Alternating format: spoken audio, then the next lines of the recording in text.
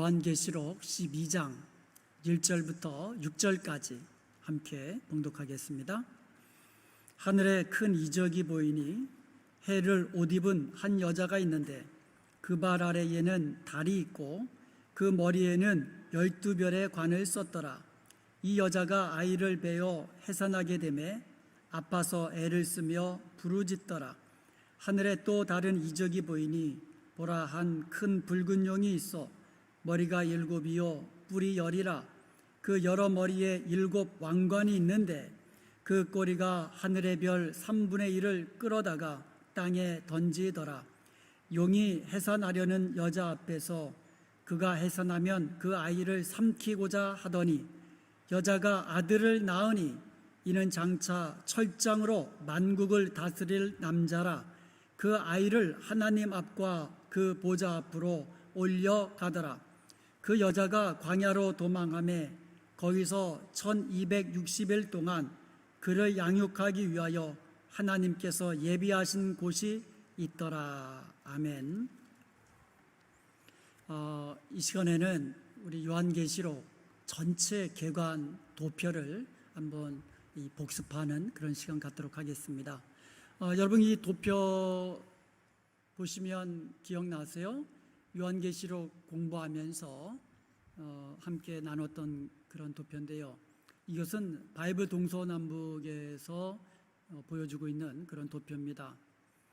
gracepeace.org, 우리 은혜화평강교회 웹사이트입니다. 거기 가면 금요 예배 클릭하시면은 맨 처음에 요한계시록 개관 도표에 나와 있습니다. 자, 함께 복습하도록 하겠습니다. 1장은 이제 서론에 해당하죠. 복구름교회. 하나님의 말씀을 우리가 듣고 또 읽고 지키는 자가 복이 있다. 주님께서 다시 구름 타고 오시는 그것을 보여주면서 교회에 대해서 이야기하고 있습니다.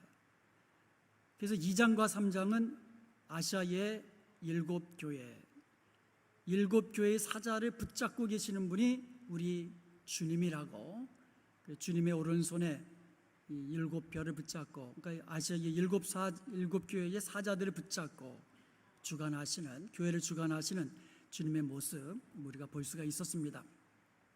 4장과 5장은요 천상으로 올라가죠. 그래서 4장은 보좌에 계신 하나님, 거기서 예배가 이루어지는 것을 보았죠. 5장은 임봉한 책과 어린 양, 그래서 임봉된 책을 이제 어린 양이 이제 뗄 수 있음으로 인하여서 6장은 바로 6인 재앙, 그러니까 7인으로 봉인된 그와 같은 책이 하나씩 열리는 거예요. 그래서 6장은 6인 재앙. 그래서 6번째까지 재앙이 임하니까 누가 하나님 앞에 설 수 있으랴. 그래서 7장이 바로 그 질문에 대한 대답이죠. 인침받은 14만 4천, 구원받은 14만 4천이 있다는 것을 우리에게 보여주었고요. 이렇게 해서 7인 재앙이 끝나고 그 다음에 나팔을 부는 재앙이 시작이 됩니다. 그래서 나팔 재앙 1, 4, 9장은 나팔 재앙 5, 6. 나팔 재앙 6번째까지 끝나면은 10장과 11장에서 두 삽입장이 있습니다. 그래서 10장은 작은 두루마리 책, 예언 사역이죠. 11장은 두 증인, 교회의 복음 전파 사역을 이제 설명하는 것이라고 말씀을 드렸습니다. 그리고 나서 11장 후반부, 그러니까 11장 15절에서 19절까지 7째 나팔이 이제 불면서 바로 7 대접 재앙으로 시작되는 것이 아니라 또다시 12장과 13장과 14장 삽입이 되어 있습니다. 아주 중요한 장입니다. 그래서 오늘부터 공부하는 것이 계시록 전체에서 정말 물론 다 중요하지만 하나님의 말씀이기 때문에 사람들이 많이 궁금해하는 이제 그와 같은 것들이 풀리는 그와 같은 장들이 되겠습니다. 12장에서는요 여자와 붉은 용, 그리고 여자가 낳은 아들, 여기에 대한 모습이 나오고요. 그 다음에 13장은 두 짐승에 대한 환상이 나옵니다. 바다에서 나오는 짐승, 또 땅에서 올라오는 짐승, 그리고 짐승의 표, 사람의 수, 짐승의 수 666 이와 같은 것들이 나옵니다. 그래서 붉은 용, 사탄, 그 다음에 바다에서 나오는 짐승, 적그리스도, 땅에서 올라오는 짐승, 거짓 그리스도, 이렇게 사탄의 삼두 체제가 완성됩니다. 그래서 엄청난 핍박과 박해가 일어나는데 똑같아요. 누가 이와 같은 사탄의 삼두 체제의 박해로부터 누가 살아남을 수 있는가? 그래서 14장에 거기에 한 대답이 14만 4천 구원받은 성도, 그리고 마지막 추수가 14장에 기록되어 있습니다. 15장과 16장은 이제 7대접 준비하고 또 7대접 재앙이 일어나고요. 그리고 17장에 큰 음녀 환상, 18장에 큰 바벨론이 이제 멸망하는 장면이 나오고요. 19장 어린 양 호린잔치와 20장 천년 왕국을 거쳐서 21장 새하늘과 새 땅과 22장 이제 천국 생활로 이제 이어지게 됩니다. 이게 요한계시록의 전체적인 개관이 되겠습니다. 오늘은요 12장 특별히 여자와 이제 붉은 용의 그 정체에 대해서 살펴보기를 원합니다. 12장은 하늘의 두 종류의 이적으로 시작됩니다. 1절에도 보면 하늘에 큰 이적이 보이고 3절에도 보면 하늘에 또 다른 이적이 보인다 그랬거든요. 그래서 두 큰 이적, 하늘의 큰 이적이 시작이 되는 거예요. 보이는 거예요. 먼저 여자가 아들을 낳는 장면이 나옵니다. 1절을 보시면 하늘에 큰 이적이 보이니 해를 입은 한 여자가 있는데 그 발 아래는 달이 있고 그 머리에는 12별의 면류관을 썼더라, 이렇게 되어 있습니다. 2절에 보니까 이 여자가 아이를 베어 해산하게 되매 아파서 애를 쓰며 부르짖더라, 이런 이적이 보이는 거예요. 하늘에서. 그러고 나서 또 다른 이적이 보입니다. 큰 붉은 용이 여자가 아이를 해산하면 그 낳은 아기를 잡아먹으려고 기다리고 있는 장면이에요. 자, 3절에 보니까 하늘에 또 다른 이적이 보이니 보라, 큰 붉은 용이 있어서 4절에 보니까 용이 해산하려는 여자 앞에서 그가 해산하면 큰 아이를 삼키고자 함이라. 여기서 이적이라고 나와 있는데 이 이적이라는 말이 헬라어로 세메이온입니다. 이것은 사인이라는 뜻이에요. 사인. 그래서 표적이라고 번역하면 훨씬 이해하기가 쉽습니다. 그래서 하늘에 두 가지 표적이 보이는 거예요. 이 표적은 실제적인 것을 의미하는 것이 아니라 상징하는 거거든요. 상징적으로 보여주고 있는 거예요. 그래서 여자라든가 붉은 용이라든가 여자가 낳은 아기라든가 전부 다 이게 표적이라는 겁니다. 실제적인 것이 아니라 하나의 사인, 세메이온, 표적이라는 겁니다. 자, 그렇다면 여자가 누군가? 붉은 용의 정체는 무엇인가? 여자가 낳은 아이는 도대체 누구를 말하는 것인가? 한번 살펴보면서 하나님께서 우리에게 주시는 말씀 듣기를 원합니다. 계시록에서요 자체적으로 해석하는 것은 아주 정확하고 명확합니다. 그러면 계시록 오늘 본문에서 자체적으로 해석해 놓은 것들이 있습니다. 그 중에 먼저 여자가 낳은 아들이 누구인지 살펴보도록 하겠습니다.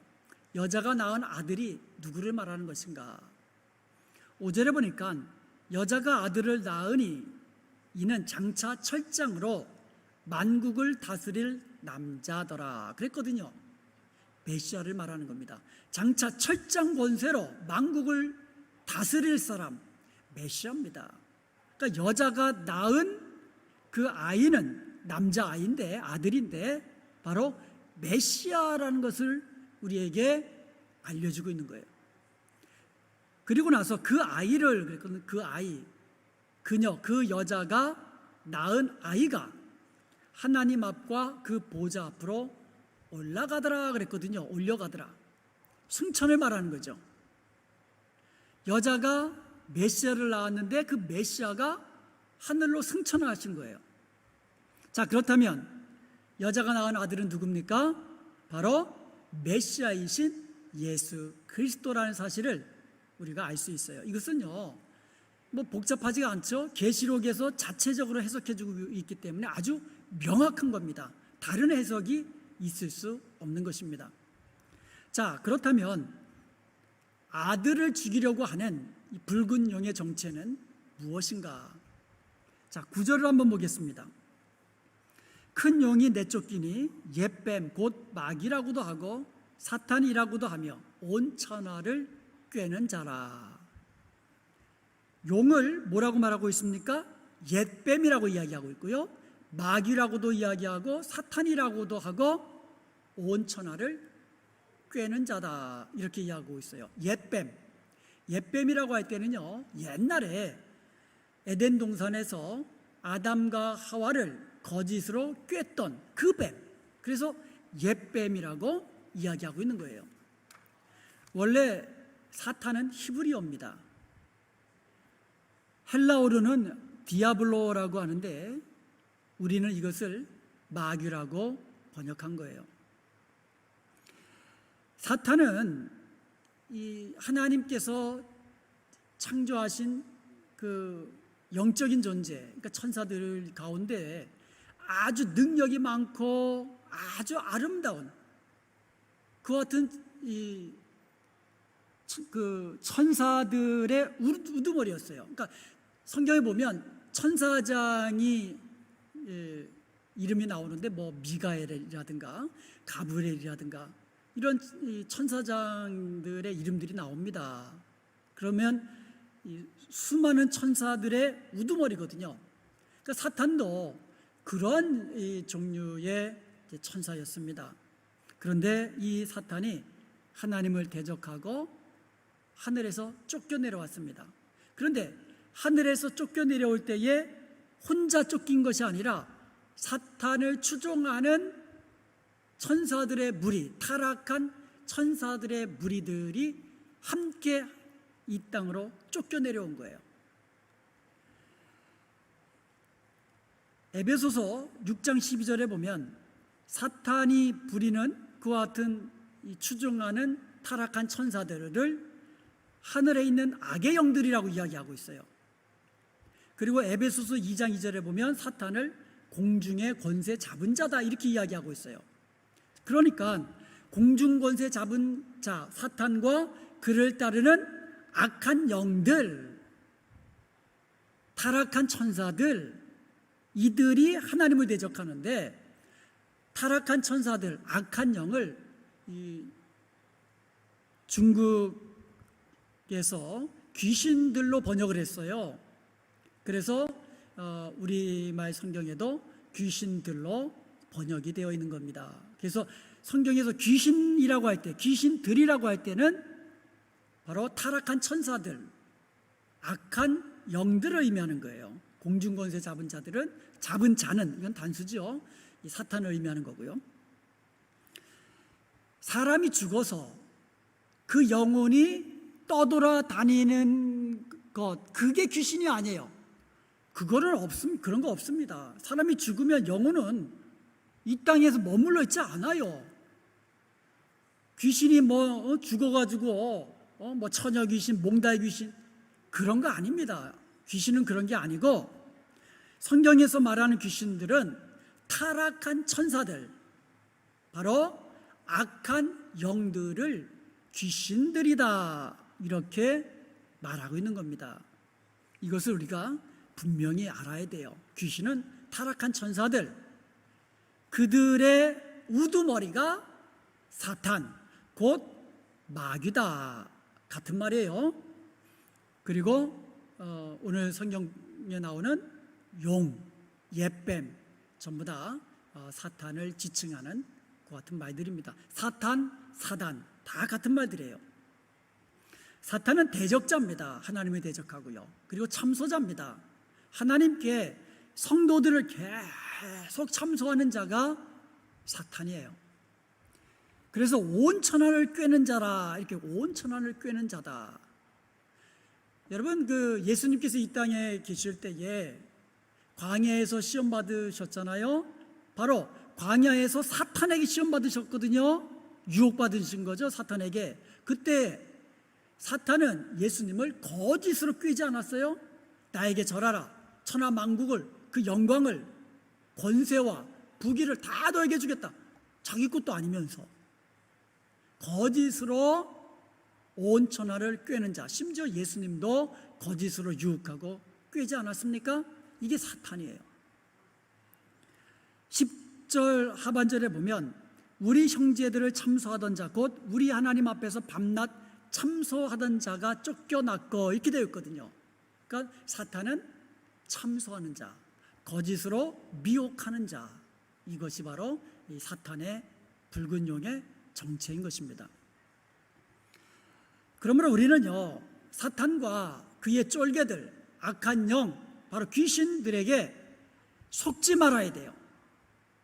사탄은요, 온 천하가 마치 자기 것인 양 우리에게 거짓으로 우리를 속이고 미혹하고 우리로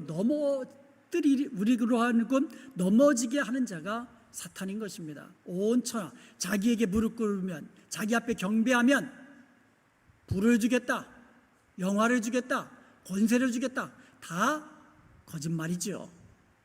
속지 말아야 됩니다. 그리고 마귀를 대적해야만 합니다.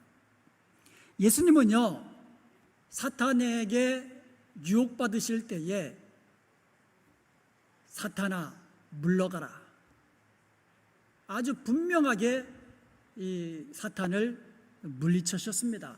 그래서 명하신 거예요. 사탄에게 명하는 거예요. 물러가라. 마태복음 4장 10절에서 이야기하셨잖아요. 사탄은요, 끊임없이 이 예수 그리스도의 구원 사역을 방해하고 또 이 사람들로 하여금 구원에 이르는 그 길을 아주 방해하는 그런 자입니다.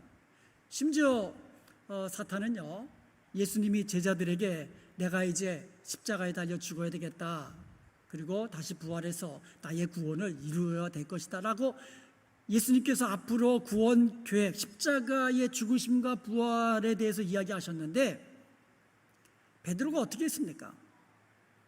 수제자라고 일컫는 베드로가 그리하지 마옵소서 하면서 만류를 했잖아요. 그리하지 마옵소서.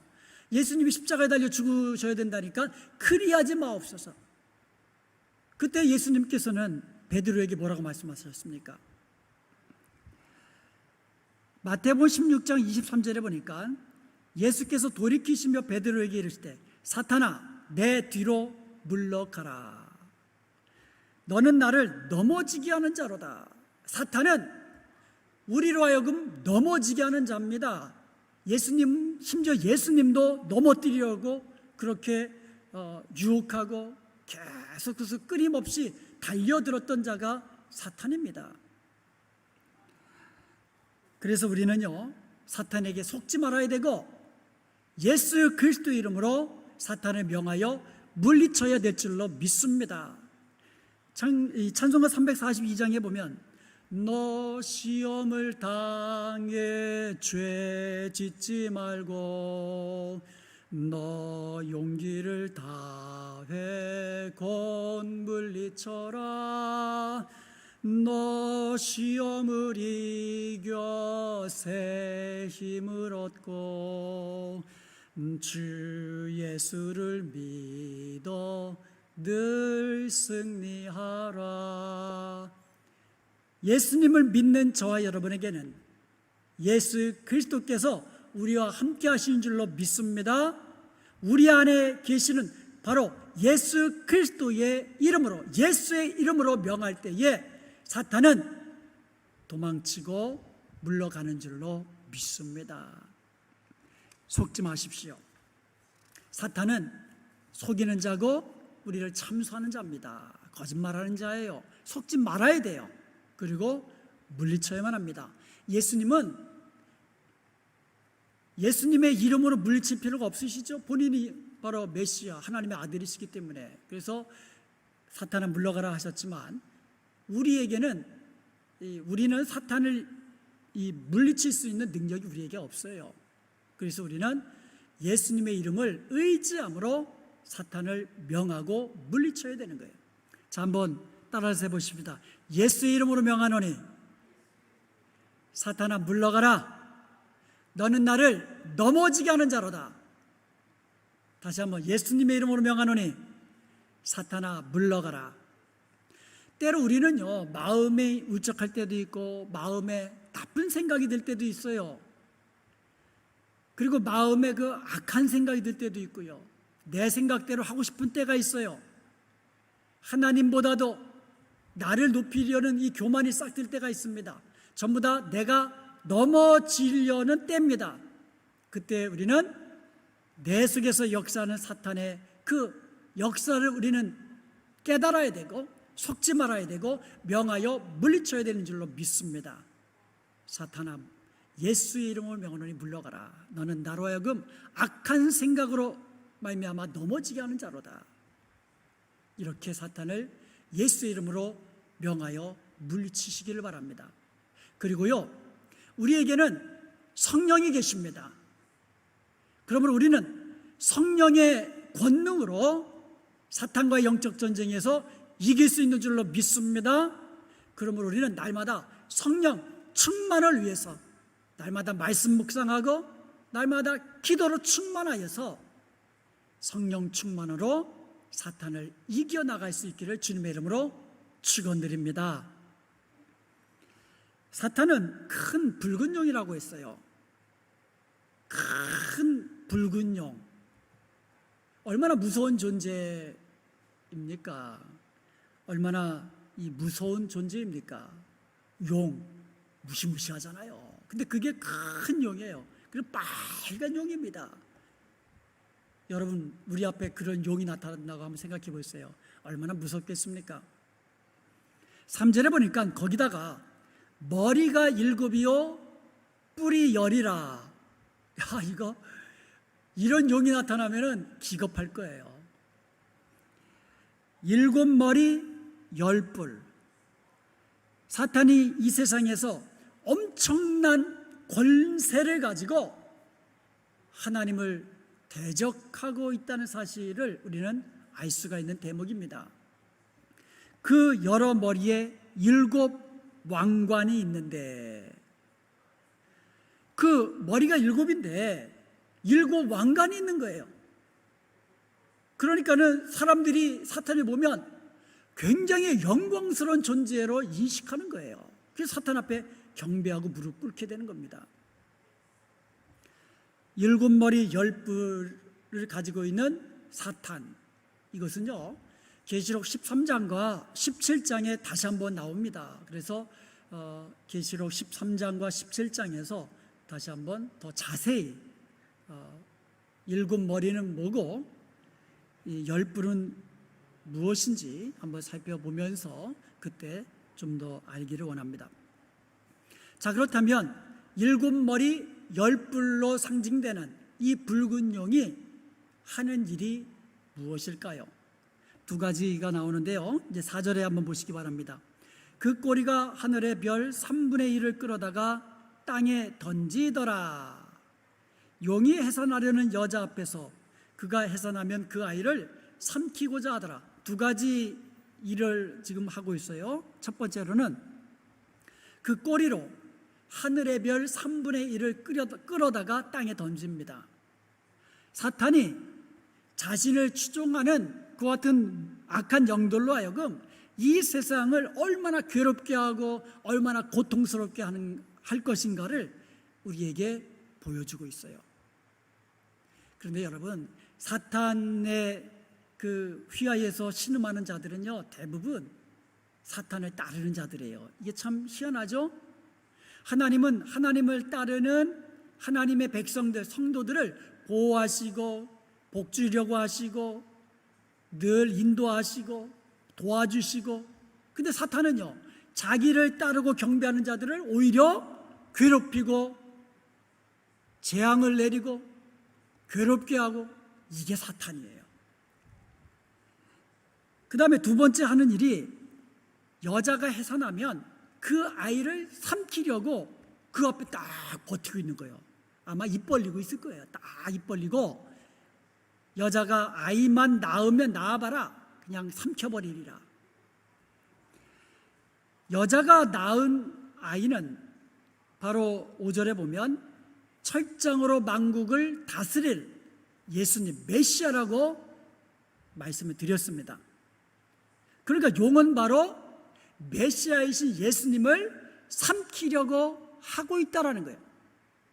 사탄은요, 메시아이신 예수 그리스도를 삼키려고 아예 그냥, 우리가 보통 그러잖아요, 인생을 건다 그러잖아요.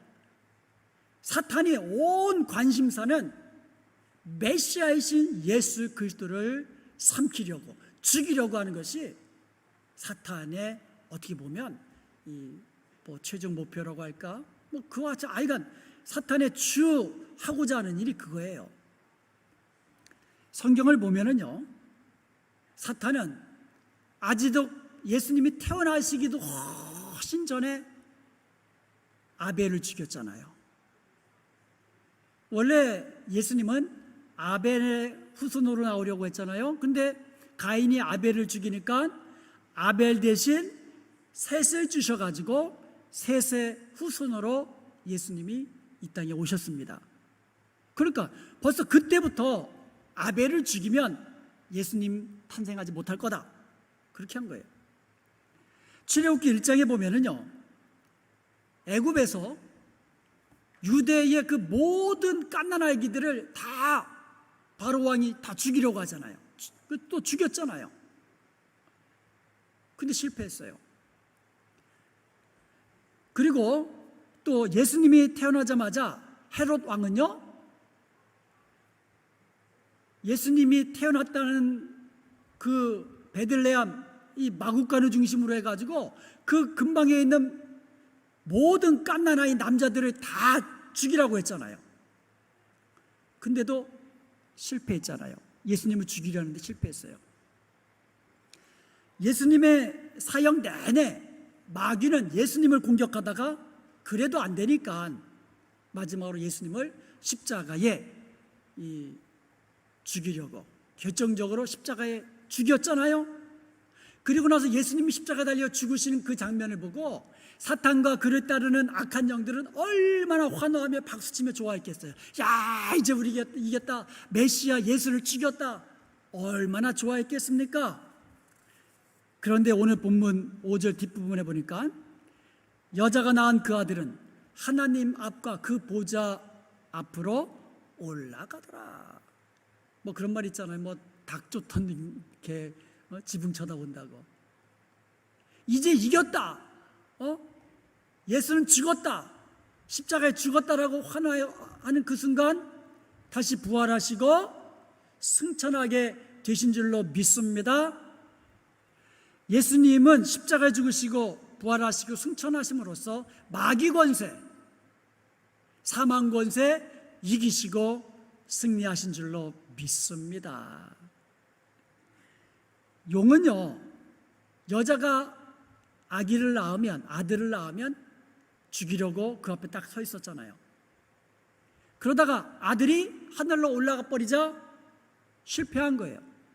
그래서 분한 거예요. 아들을 잡아먹지 못해가지고 막 분한 거예요. 원통한 거예요. 그래가지고 화풀이를 누구한테 하느냐? 그 여자한테 하는 겁니다. 그래서 그때부터는 공격 대상이 바뀝니다. 자, 여자가 아들을 낳기 전까지는 공격 대상이 누구예요? 아들이었어요. 아들을 죽이려고 했어요. 아벨을 죽이고, 애굽에서도 유대 아기들 다 죽이고, 헤롯 왕을 통해서 유대 아이들을 다 죽이고, 그래도 안 돼가지고 십자가에 죽이고, 그런데도 실패해가지고 그 아들 예수 그리스도께서 부활하여 승천하시니까 이제 공격 대상을 바꾼 겁니다. 누구로? 그 아들을 낳은 여자로 공격 대상이 바뀐 겁니다. 그때부터 사탄은 그 여자를 박해하기 시작하는 거예요. 자, 그러면 아들을 낳은 여자는 누구인가? 바로 아들은 예수 그리스도, 붉은 용은 사탄. 계시록 오늘 본문에서 정확하게 해석해 놓았습니다. 그런데 이 여자는 누구냐? 해석이 없어요.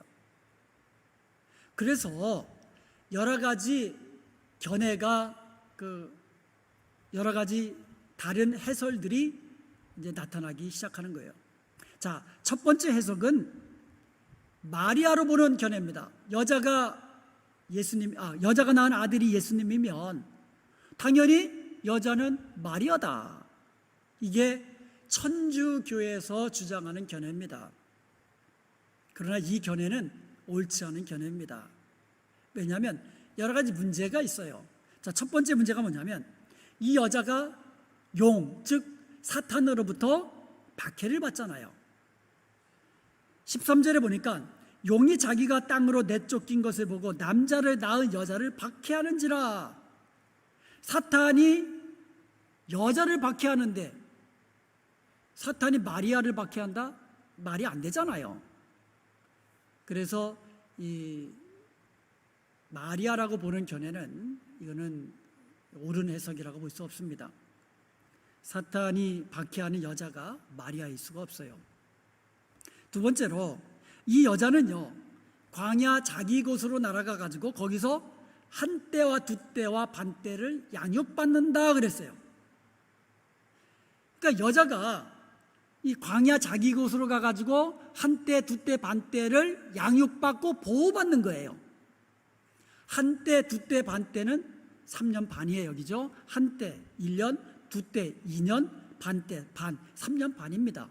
그래서 계시록에 보면 3년 반, 달로 하면 42달, 날로 하면 1260일, 이것을 이 년을 일로 바꿔가지고 하면 3일 반, 전부 다 같은 기간을 의미하는 거예요. 같은 기간을 다른 관점에서 살펴보는 거예요. 우리가 11장에서 이미 살펴봤다시 이 기간 42달 1260일이라는 기간 동안은요, 측량하지 말라고 하신 성전 바깥 마당이 이방인들에게 내어준 바 되어가지고 짓밟히게 되는 기간이에요.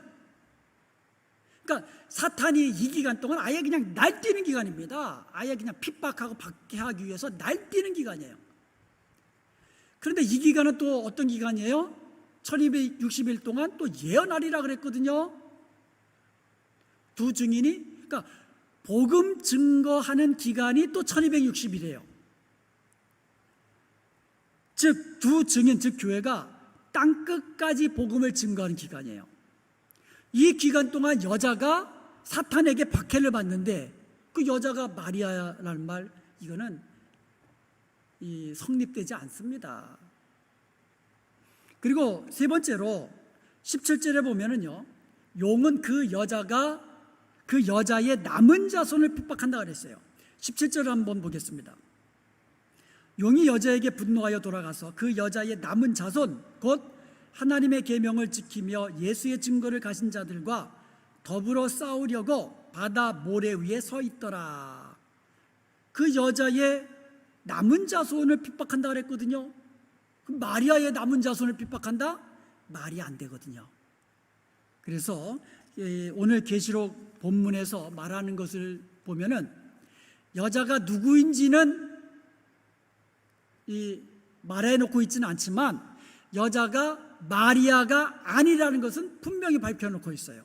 그래서 오늘 본문에서 나타나는 여자는 마리아가 아닙니다. 자, 두 번째 견해는요, 이 여자는 이스라엘이다, 이렇게 보는 견해입니다. 예수님은요, 아브라함의 자손, 다윗의 자손으로 오셨잖아요. 즉 그 여자는 예수 그리스도를 이 땅에 보낸 구약의 이스라엘 교회 공동체로 보고 있습니다. 여러분, 교회는요 크게 구약교회와 신약교회로 구분이 됩니다. 그래서 구약교회는 구약의 그 이스라엘 공동체, 그리고 신약교회는 우리가 아는 대로 예수님을 믿는 그와 같은 이 교회 공동체, 이 신약교회, 구약교회로 이렇게 나눕니다. 그런데 이 여자는 바로 구약 교회를 의미하는 것이다. 이렇게 주장하는 견해입니다. 12면류관을 썼다고 했잖아요. 12면류관을 썼다는 얘기는 12지파를 의미하는 것이다. 그래서 12지파를 가진 육적인 이스라엘, 그리고 구약의 교회 공동체를 의미하는 것이다. 이렇게 주장하고 있습니다. 17절을 한번 보면은요, 다시 한번 보면 그 여자의 남은 자손, 곧 글이 있거든요. 그러니까 그 여자의 남은 자손이 누구냐? 하나님의 계명을 지키며 예수의 증거를 가진 자들이거든요. 이게 신약교회입니다. 그러니까 예수의 증거를 가진 자, 하나님의 계명을 지키며 예수의 증거를 가진 자, 이것을 신약교회로 보는 거예요. 이것이 신약교회를 뭐라고 말해요? 그 여자의 남은 자손이라는 거예요. 자, 이 17절을 보면 그 여자가 있고 그 여자의 남은 자손 이렇게 구분되고 있잖아요. 그래서 그 여자는 구약의 교회 공동체, 이스라엘 공동체, 그 여자의 남은 자손은 신약의 공동체, 이렇게 구분되고 있기 때문에 그 여자는 바로 이 구약의 교회 구약의 교회 이스라엘 공동체로 보는 것이 맞다. 이렇게 주장하고 있습니다. 이렇게 해석하는 분들도 상당히 많습니다. 뭐 틀린 견해 아닙니다. 이것을 뭐 틀렸다라고 말할 수는 없어요. 이렇게 해석할 수도 있다라는 거예요. 자, 세 번째 견해는요, 영적 이스라엘로 보는 견해입니다. 이것은요, 구약교회와 신약교회는 다른 게 아니다. 하나의 교회 공동체다. 즉, 영적인 이스라엘이다. 하나의 교회 공동체다라고 주장하는 거예요. 그러니까 이 큰 하나의 교회 공동체 안에 바로 구약교회가 있고 신약교회가 있는 거예요. 그렇기 때문에 이 여자는 바로 이 영적인 이스라엘, 교회다. 이렇게 주장하는 견해입니다. 1절에 보면은요, 그 여자를 묘사하고 있는데 태양을 입었다 그랬어요. 태양을 입고 이 발에는 달이 있고, 발 아래는 달이 있고, 그리고 머리에는 12별의 면류관을 썼다 이렇게 되어 있어요. 여기 보면 이 태양이 있고 해가 나오고 달이 나오고 별이 나옵니다. 굉장히 영광스러운 모습이죠. 그래서 영광스러운 이 주님의 그 모습, 바로 영광스러운 교회의 모습, 이것을 이 상징적으로 보여주고 있는 거다. 그래서 그 여자는 교회를 상징하는 것이다. 이렇게 주장하고 있는 겁니다. 자, 근데 여기서 우리가 한 가지 알아야 될 것은 12별의 면류관이라는 말이에요. 12별의 면류관. 12별의 면류관이라는 말은 면류관이 12개라는 게 아니에요. 면류관이 12개가 있는데 각각 별이 있다. 그게 아니에요. 면류관은 하나예요. one crown.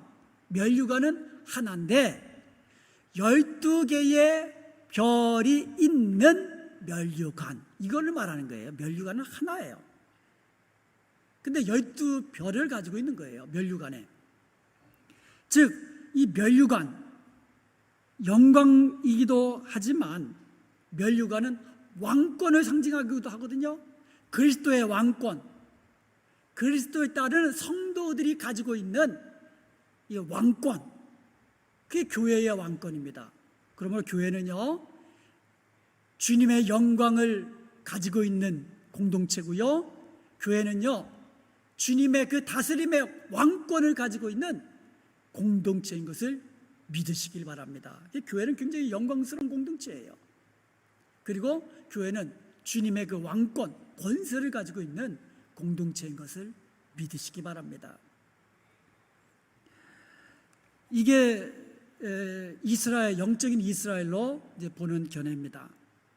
개혁주의에서는요, 여인은 바로 교회를 의미하는 것이다. 이렇게 주로 해석을 합니다. 그래서 저도 개혁주의적인 관점에서 여기에 계시록에 나와 있는 여자는 바로 교회다, 이렇게 해석하는 데에 저는 그와 같은 견해에 동의를 하고 있습니다. 자, 이제 이 여자가 광야로 도망갑니다. 6절에 보니까 그 여자가 광야로 도망가며 거기서 1260일 동안 그를 양육하기 위하여 하나님께서 예비하신 곳이 있더라. 여자는요, 그러니까 교회죠. 여자는요, 사탄의 그 박해를 피하여서 광야, 예비된 처소로 거기서 피난을 합니다. 거기서 1260일 동안 양육받고 보호를 받게 됩니다. 광야는 어떤 곳입니까? 출애굽기에 보면은요, 이 광야는 양육받고 훈련받는 동시에 하나님의 보호하심에 있는 곳이에요.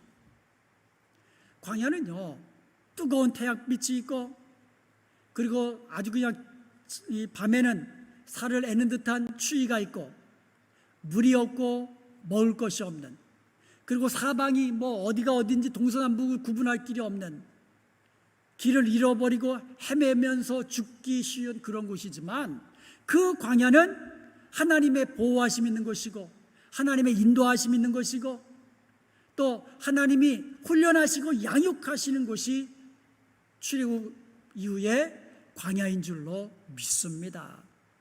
그러므로 교회는요, 광야 같은 이 세상에서 사탄은 끊임없이 핍박하고 공격하고 죽이려고 하고 넘어뜨리려고 하지만, 악한 영들이 계속해서 도전하고 우리를 핍박하려고 하지만, 동시에 하나님의 양육과 보호와 인도를 받는 곳이 바로 이 교회가 이 세상에서 누리는 곳인 줄로 믿습니다.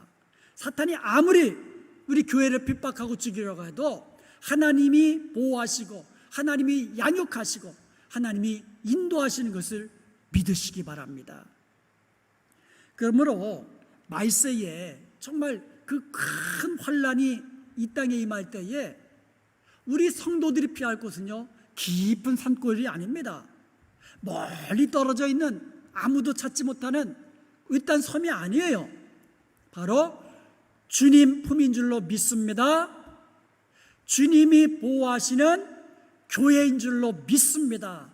교회가 가장 안전한 곳이에요, 여러분. 왜? 주님이 보호하시는 것이기 때문에. 우리가 교회 안에 있고 우리가 주님 안에 있을 때 우리는 양육받고 훈련받고 가장 안전하게 보호받는 줄로 믿습니다.